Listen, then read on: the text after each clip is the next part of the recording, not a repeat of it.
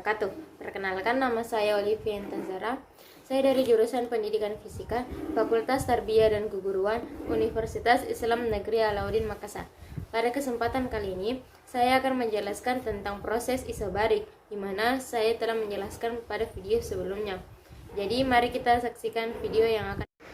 Definisi proses isobarik adalah proses yang dialami oleh gas di mana gas tidak mengalami perubahan tekanan atau tekanan tetap atau konstan. Jadi, poinnya yang dapat kita ambil adalah tekanan atau tekanan tetap karena tidak mengalami perubahan atau konstan. Maka persamaannya adalah P1 sama dengan P2.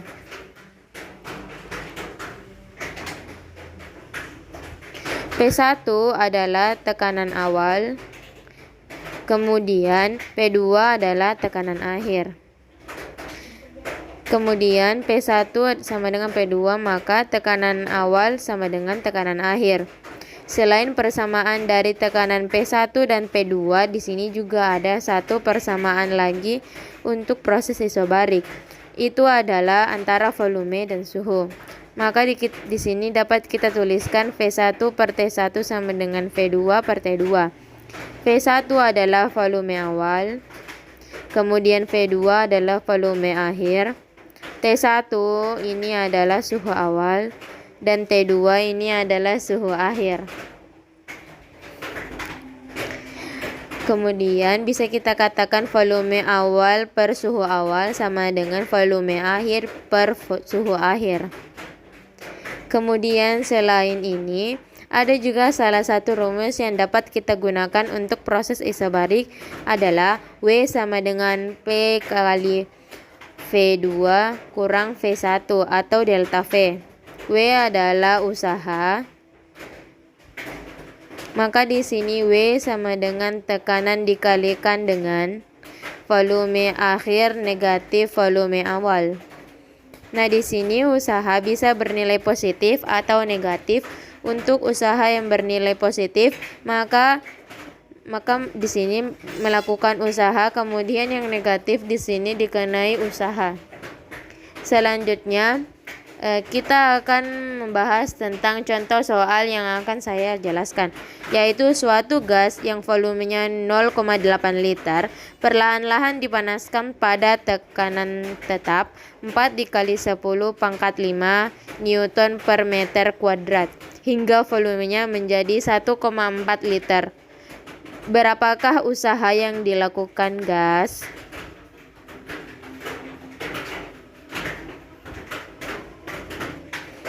Pertama-tama kita akan uraikan yang diketahui. Di sini volume awal 0,8 liter, maka di sini V1 sama dengan 0,8 liter. Liter itu sama dengan desimeter kubik, sehingga kita dapatkan 0,8 desimeter kubik itu kita jadikan meter kubik, sehingga di sini menjadi 0,8 kali 10 pangkat min 3 meter per kubik. Kemudian di sini yang diketahui kemudian dipanaskan pada tekanan tetap 4 kali 10 pangkat 5 Newton meter per kuadrat. Di sini P sama dengan 4 kali 10 pangkat 5 Newton per meter kuadrat. Untuk P1 dan P2 sama karena tadi tekanannya tetap atau konstan. Kemudian di sini berikutnya volumenya menjadi 1,4 liter. Ini adalah V2 atau volume akhir. 1,4 liter itu liter sama dengan desimeter kubik. Kita ubah lagi kembali menjadi 1,4. Kemudian kita ubah lagi menjadi meter per meter kubik. Jadi hasilnya 1 kali 4 kali 10 pangkat minus 3. Nah, di sini yang ditanyakan adalah berapa usaha yang dilakukan gas. Jadi kita tulis yang usaha. Jadi W sama dengan P dikali delta V. Untuk delta V di sini kita ubah menjadi V2 dikurang V1. Nah, kita ganti P diganti dengan P dikali 10 pangkat 5.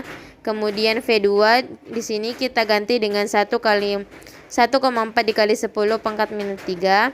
Untuk V1 kita ganti dengan 0,8 dikali 10 pangkat min 3.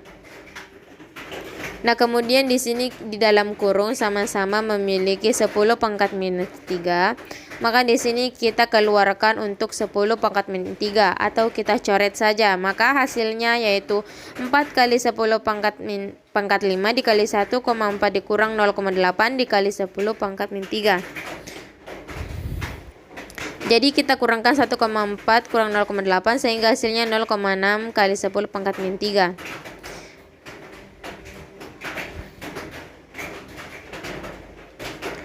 4 dikali 0,6 itu hasilnya adalah 2,4. 10 pangkat 5 dikalikan dengan 10 pangkat minus 3. Di sini pangkatnya kita kurangi sehingga 5 dikurang 3 sama dengan 2. Sehingga hasilnya 2,4 dikali 10 pangkat 2 sama dengan 240 Joule. Ya baik, itu tadi video yang saya telah jelaskan. Kurang dan lebihnya mohon dimaafkan. Assalamualaikum warahmatullahi wabarakatuh.